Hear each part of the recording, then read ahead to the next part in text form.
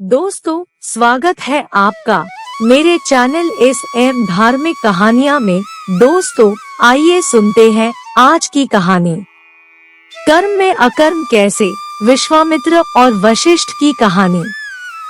दोस्तों, वैदिक काल की बात है। सप्त ऋषियों में से एक ऋषि हुए हैं महर्षि वशिष्ठ। महर्षि वशिष्ठ राजा दशरथ के कुलगुरु और श्री राम के आचार्य थे। उन दिनों महर्षि वशिष्ठ का आश्रम नदी के तट के सुरम्य वातावरण में था। महर्षि वशिष्ठ अपनी पत्नी अरुंधति के साथ गृहस्थ जीवन की जिम्मेदारियों को निभाने के साथ साथ योगाभ्यास और तपस्या में भी लीन रहते थे। उन्हीं दिनों राजा विश्वामित्र, जो अब राजपाट अपने पुत्र के हवाले कर घोर तपस्या में संलग्न थे। महर्षि विश्वामित्र का आश्रम भी थोड़ी ही दूर नदी के दूसरी ओर स्थित था।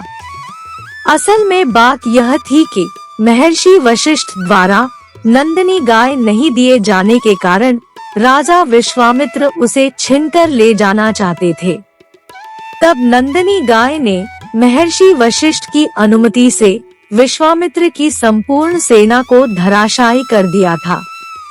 आता महर्षि वशिष्ठ से अपनी हार का बदला लेने के लिए विश्वामित्र घोर तपस्या कर रहे थे। महर्षि वशिष्ठ एकाकी जीवन की कठिनाइयों से भली भांति परिचित थे। आता उन्होंने महर्षि विश्वामित्र के भोजन की व्यवस्था अपने ही आश्रम में कर रखी थी।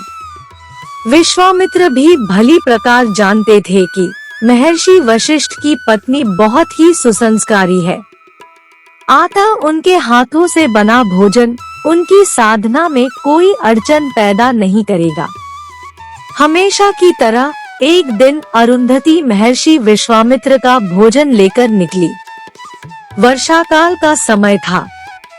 पानी इतना गिरा कि नदी से निकलना मुश्किल हो गया। मार्ग की कठिनाई से व्यथित होकर उन्होंने यह समस्या महर्षि वशिष्ठ को बताई। महर्षि वशिष्ठ बोले, हे देवी, तुम संकल्प पूर्वक नदी से यह निवेदन करो कि यदि तुम एक निराहारी ऋषि की सेवा में भोजन ले जा रही हो तो वह तुम्हें मार्ग प्रदान करे। इतना सुनकर अरुंधति चल पड़ी।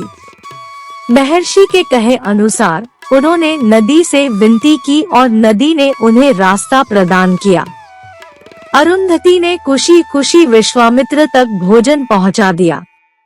भोजन देने के बाद जब वह वापस लौटने लगी तब भी नदी का उफान जोरों शोरों पर था। व्यथित होकर वह वापस आकर आश्रम में बैठ गई।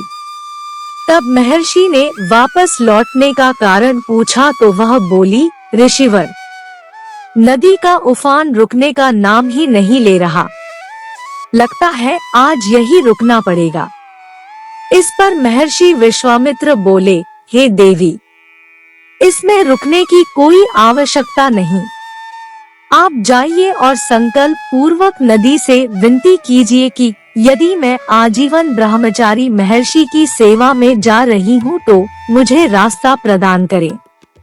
महर्षि के कहे अनुसार अरुंधति ने विनती की और नदी ने रास्ता दे दिया।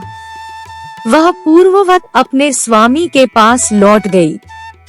जब घर आकर उन्होंने प्रार्थना के साथ किए गए संकल्पों पर विचार किया तो उनका माथा ठनका।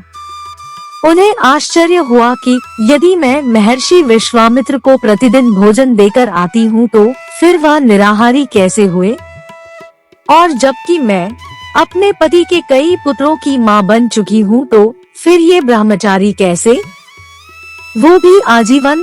अरुंधति बहुत सोचने पर भी इस रहस्य को समझ नहीं पाई।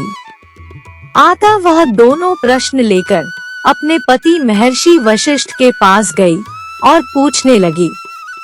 तब महर्षि वशिष्ठ बोले, हे देवी, तुमने बड़ी ही सुंदर जिज्ञासा व्यक्त की है।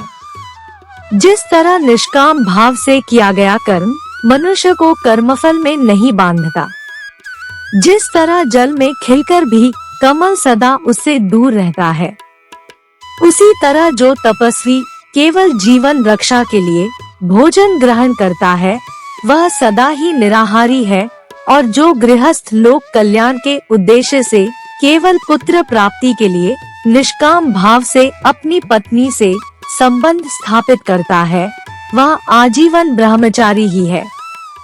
अब अरुंधति की शंका का समाधान हो चुका था। दोस्तों, इस दृष्टांत से हमें यह सीख मिलती है कि असल में कोई कर्म बुरा नहीं है, बल्कि उस कर्म के प्रति आसक्ति बुरी है। जहाँ आसक्ति है वहाँ दोहक होगा, और जहाँ दोहक है वहाँ बंधन निश्चित है। दोस्तों, कमेंट करके बताएं कि आपको हमारी यह प्रस्तुति कैसी लगी। पसंद आई तो इसे लाइक और शेयर करें तथा चैनल को सब्सक्राइब करके मेरा मनोबल बढ़ाएं।